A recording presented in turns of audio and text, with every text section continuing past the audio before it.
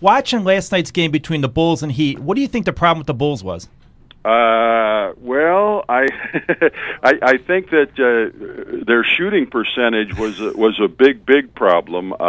You know, when you're number two, and I'm not sure which is which, but when your number two and your number three scoring options have an off night shooting, what were they, like 7 for 25 or something like that combined?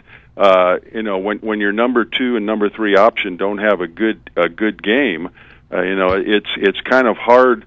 It's kind of hard to win and to beat a team as good as the Heat are. Yeah, and the Bulls don't really have an interior presence, you know, the way an Artist Gilmore provided back in the day. You know, it's a lot of shooting from the perimeter, driving to the basket, and if the defense keeps you from driving to the basket and you have to shoot and you're going to shoot 34%, you're not going to win too many of those games. Yeah, and you know, I thought the big key in last night's game was second chance opportunities. I mean, Noah and some of the other Bull bigs had a lot of second chance opportunities, and when you're getting all of those second chances, getting offensive rebounds and second chances, you can score, shoot a lower percentage and still be successful in the game. But if you're not getting second opportunities and you're shooting that poor percentage, you know, it's tough to win.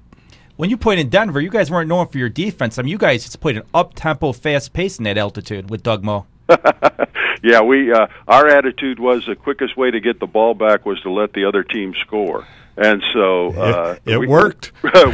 we had some scores on that team, but you know, if Kiki Vanderway and Alex English and I didn't get about 75 to 90 points a game, we were in trouble. But it was a lot of fun to play that style of game, that's for sure. I was going to say, do you miss basketball the way it was when it was up and down, when every possession wasn't so prolonged? You know, I think that the change has been. I mean, the players are better than we were. I mean, they're so gifted today with their size and their speed. Players are much better, but I think coaches come under so much scrutiny today that you know, they're almost afraid to lose control of the game, and I think you're right. I think the game, whether you got up and down the floor like we did in Denver, or maybe to a lesser extent, I think the game was better when the players had control of the game, rather than, you know, having the point guard look over at the bench on every trip and have the coach call the play. When did that start? Did it start with Phil Jackson or Pat Riley? Who started this trend? You know, it was about that time. Now, I don't know if they started it, but you know, there certainly wasn't. I mean, there wasn't the media scrutiny that you come under, and you know, you didn't have to have, coaches didn't have a pregame press conference and a postgame press conference and a day off press conference. I mean, it was. You know, it was you practiced and then you let the players play the game. I'm not so sure that's the case anymore. If you were playing today, how easily would you be able to adapt to this different style, do you think? I don't think for me personally, I don't think well at all, because you know, being a 6'9" center, most of the time I played in the NBA, Wes Unseld was the only shorter center in the NBA, and I had success because I was able to do things, you know, that the normal centers didn't do. I could make a 17-foot jump shot. I could put the ball on the floor and go around people. And so, you know, to be able to take advantage of that at my position, you know, it had to be somewhat of an up and down game. I think that you know, walking the ball up the court and calling set plays, you know, I think that would definitely be something that would not benefit me. We talked to Dave Collins a couple weeks ago, and he said that the reason he didn't go to Kentucky was they took you instead of him. Well, Dave had a pretty good career, but we were contemporaries. In fact, Dave Cowens and I were born on the exact same day, October 25th, 1948, the exact same day. But he had a pretty good career without going to Kentucky. Now, if you came along today as a basketball player, you might not be a center either. Yeah, that's true. They might have you shooting 3-pointers, and I'm not saying you would be LeBron James, but you would be doing other things, don't you think? Well, I could shoot a 3-pointer. I'm not so sure I could get up and down in a power forward position like I did. In fact, you asked earlier about why we didn't win more championships, and when we were with the Colonels, most of the coaches that we had played Artis and I in a kind of a dual post situation where I'd play on Artis being left-handed would play on the right-hand side of the lane. I'd play on the left-hand side and go up and down from high post to low post. Really, when Hubie came in, Hubie made me just a strict forward. And if you look at my statistics, as far as scoring, it was one of the worst years I had as a pro, but it enabled us to win that championship, which is the most important thing. Okay. Who was the best player you went up against?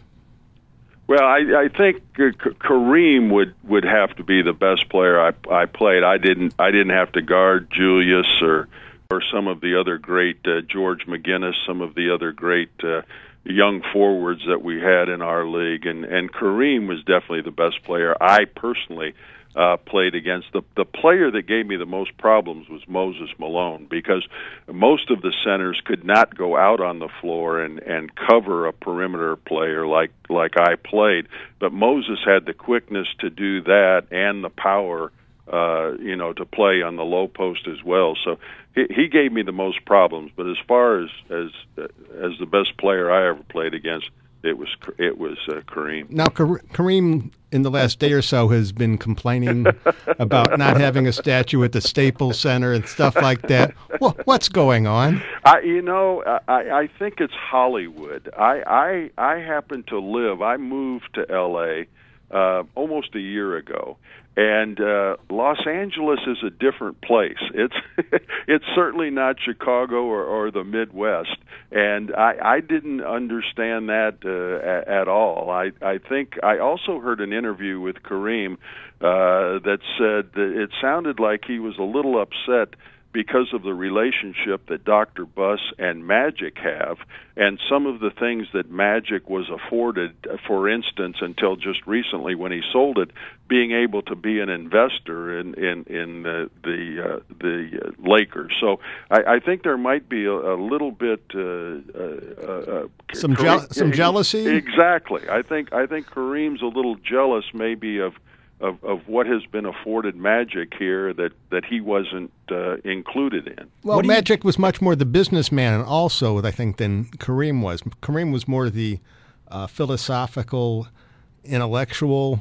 Right, and Magic is outgoing and easy to be around, and Kareem, I think it would be fair to say, played most of his career with a little bit of a chip on his shoulder too. So, definitely two different personalities. What do you think about Michael Jordan not being part owner of the Bulls? He's got his own team now. I mean, I think, why didn't Jerry Reinsdorf just give him a % interest just to keep him here in Chicago? Yeah, I guess that's up to the individual, but I think you're right. I think when you have somebody like a Magic, like a Kareem, like a Michael, who was such an important part of your history, of your success, I would think that you'd do anything you could to keep them involved. Of course, I don't know, the personalities or the relationship or anything, but I think that makes sense just from a practical matter.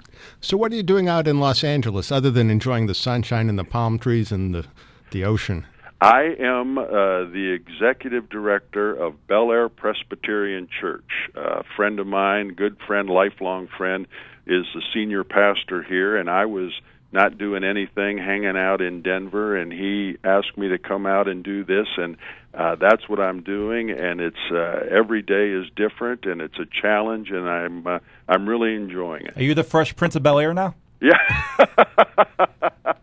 Not quite. So does the church have a basketball team that you can coach? You know, it doesn't. In fact, I was just telling it doesn't even have a gymnasium. And I was telling somebody the other day, I wish we did have a gym. I'd put together a men's basketball league all by myself. Don't you have any big ticket benefactors there? We need to get some of those guys. Okay. So would this be an over 60 league, do you think, with Dan Issel, the star? Yeah, definitely. Definitely. If I could get a fake ID, it'd be over 70. Get you, Gail Goodrich, get Dave Collins, get all you guys together. Pat Riley? Yeah, that'd be a lot of fun. You can't. Pat Riley doesn't want to mess his hair. No, I don't think it moves, does it? No, I don't think Pat. I've known Pat for a long time. Pat was a senior at Kentucky when I was a freshman, and I don't think we could get Pat to be interested in something like that. You know who's got money in Kentucky could fund your thing is Frank Ramsey. I heard he's got all that Confederate money still in the bank. You know, that's an interesting story. Frank Ramsey was actually my coach. This is something a lot of people don't remember. Frank Ramsey coached the Kentucky Colonels my rookie year.